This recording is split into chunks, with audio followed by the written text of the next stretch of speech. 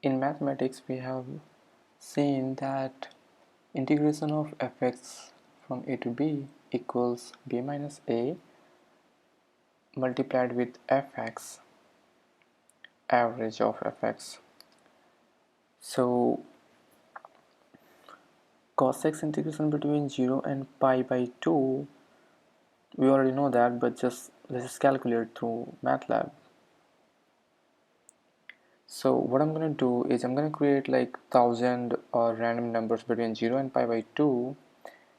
This is my x value, and then I'm going to calculate corresponding cos x values at all those randomly generated uh, points between 0 and pi by 2. And then we can multiply b minus a with the average of those cos x values. Okay, let's try to find out the area of cos x between 0 and pi by 2. I'm going to create a file called integration.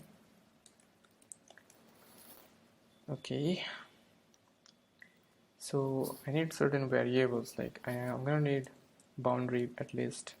So my a is 0, my b is going to be pi by 2, and then I'm going to need a loop running from, let's say, what I'm going to do is I'm going to do at least 1000. I'm going to just create at least 1000 random numbers between 0 and pi by 2. So I need to run this loop 1000 times at least, exactly 1000 times. Okay, and then we are going to need to store the corresponding values of cos x in some vector. So I need to create a vector, let's say cos values vector, and the length of this cos value vector is gonna be zeros. Yeah, this is gonna create simply a vector, a row vector I'm gonna create, which will have at least 1000 cells to fill in. So yeah, I'm just gonna write 1000. I need 1000 columns but one row. Okay, perfect. Let's calculate corresponding cos values. Cos x, at what x do we want to calculate cos x? So that x has to be randomly generated. So I'm going to use random number generator in MATLAB, and we know that the random number generated, it is basically it lies between 0 and 1, but the random number x that we need has to be between 0 and pi by 2. So what I'm going to do is I'm going to just multiply that rand with b, or simply pi by 2. That way we can generate between 0 and pi by 2. Okay, so I have generated x between 0 and pi by 2, and I'm going to put that in cos and store that cos value in a vector. And every time I'm going to have to change the cell in which I store value, otherwise it will just overwrite. Okay, so I want to store in the row 1, but the column has to change according to I. Okay, and I should end it. Perfect.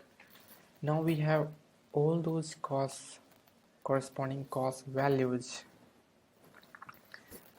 and the integration value will be equal to b minus a multiplied with average of, or simply mean of, all those values that are stored in cos values vector.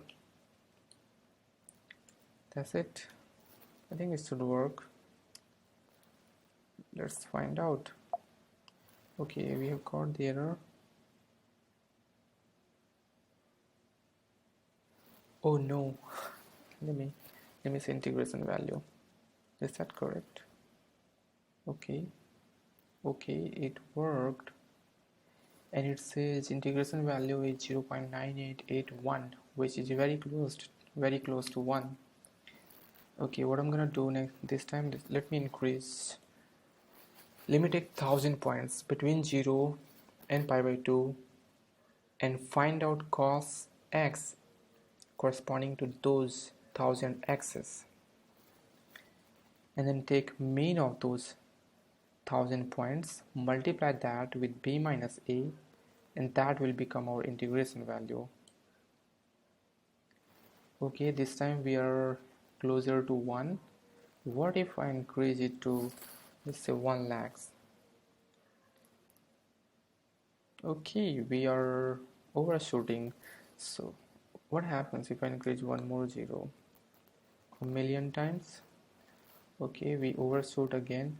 What happens if I recalculate it? It changes. Okay, recalculate, changes again, recalculate. Okay, changed. So you can see that it does not matter like how many times I run it. When you increase this number of iteration, or the number of points that you take, the number of random points that you take between the 0 and pi by 2, the accuracy of your result just increases. Well, this is how we can find out the integration of cos x.